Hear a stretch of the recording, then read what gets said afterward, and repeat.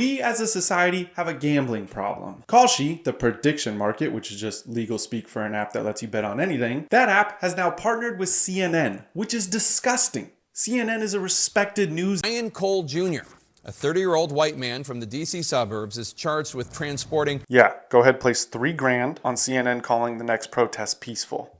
Yeah, lock it in. Now, gambling in some states is illegal, but the CEO of the company has been doing press tours on why this isn't actually gambling and good for people. Already close to $100 billion a year of asset class, right? Like the long-term vision is to financialize everything. That's a new consumer habit that I don't think is going to be undone. A tradable asset out of everything. Financialize everything. You want to bet this is going to end badly?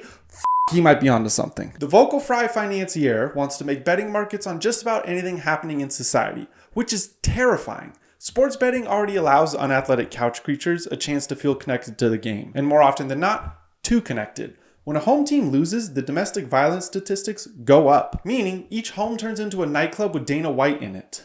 Jesus Christ. Now we can bet on any event. Constant gambling isn't good. Walk into any casino. It's the Super Bowl for people with diabetic wounds. It's cardio for creatures that still smoke cigarettes with a nasal cannula on. Every weekend I have to listen to my fat neighbor scream at his TV because of some football game. Stop yelling at other men.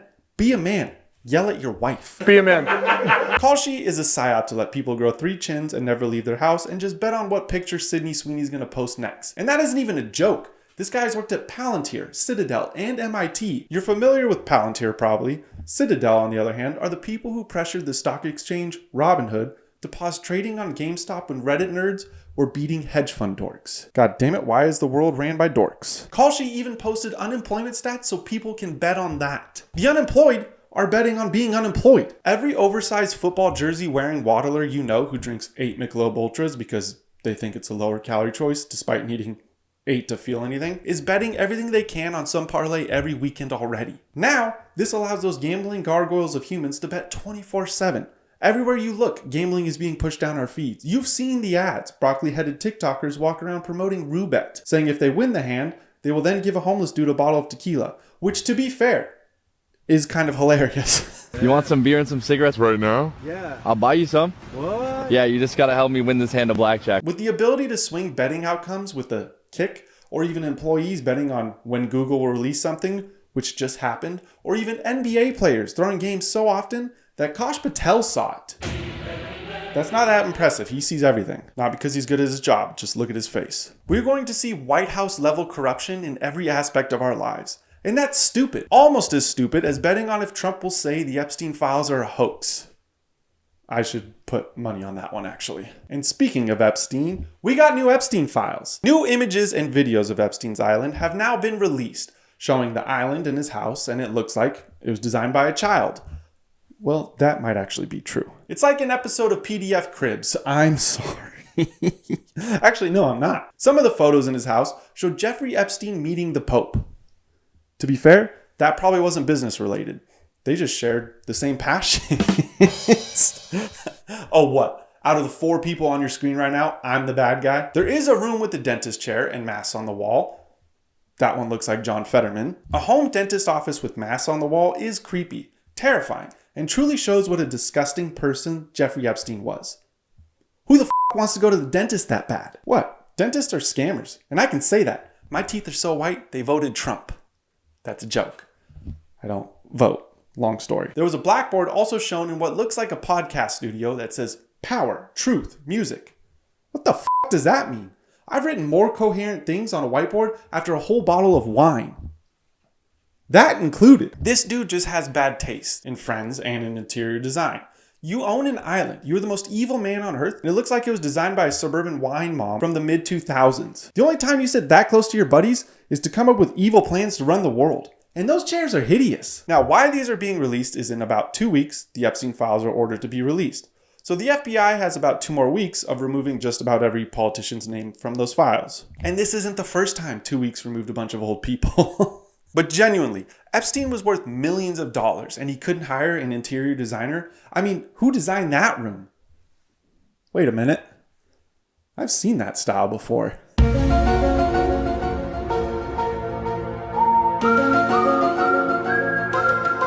The Trump administration has new journalists. The Pentagon Press Corps has welcomed new keyboard warriors to the group, which includes the actor Jigsaw, or now known as Laura Loomer, and every other white ring grifting general like Cam Higbee to ask the Pentagon questions. Cam Higbee, if you don't know him, is notorious for his speaking ability.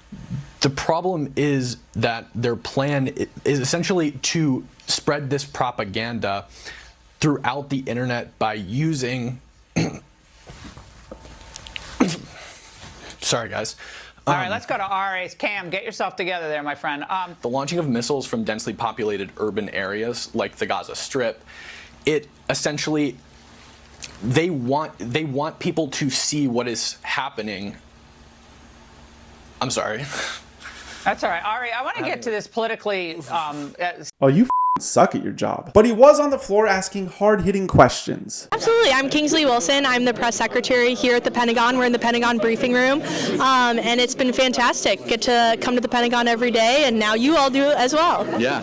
So, this is my first question, and don't laugh. God damn! Compress your audio. Other than the audio maximalists, there were some journalists who did ask good questions. This is a journalist from the broccoli-headed Times who asked if the United States is going up to the boats after they strike them in the Caribbean and verifying if it's full of illegal substances, like they claim, and this was the Trump administration's response. Thank you for the question. So I can tell you in terms of your question about intelligence that our intelligence absolutely confirms who these people are. And I can't get into right from this podium how we know that. That was Washington Knees for no, we're making this up. Look it up on Duolingo. I don't know why I plug Duolingo. No one sponsors me. I'm a brand risk, apparently. The room that looked as if it smelled like strawberry lychee and JCPenney sales also showed off that they had to pay tariffs on fake Jordans that matched their men's warehouse suits. Despite their crime against fashion, it's important we judge them for their actions and what they are known for. Brandon Meyer, Timcast Media here at the Pentagon, hanging out in the Department of War briefing room.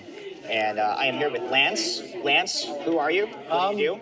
So I used to be a TikToker back in the day before I got banned at 150,000 followers for basically saying I don't and would never have with a transgender.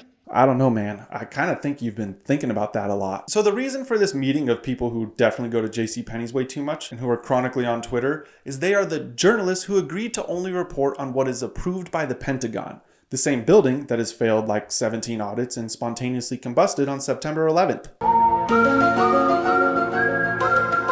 I think I legally have to say that's a joke, but I don't see any plane debris. Essentially a propaganda press corps, but this is fitting because there was some speculation that some of the Pentagon were drunk. So that's a great question, Matt, and I appreciate you getting after it because not enough.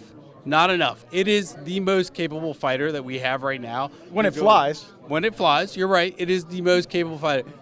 What we have right now, and you saw just last month in the acquisition speech, is a department and leadership that's willing to get after it, to challenge industry, to produce better. Yeah, but what percentage of them can fly?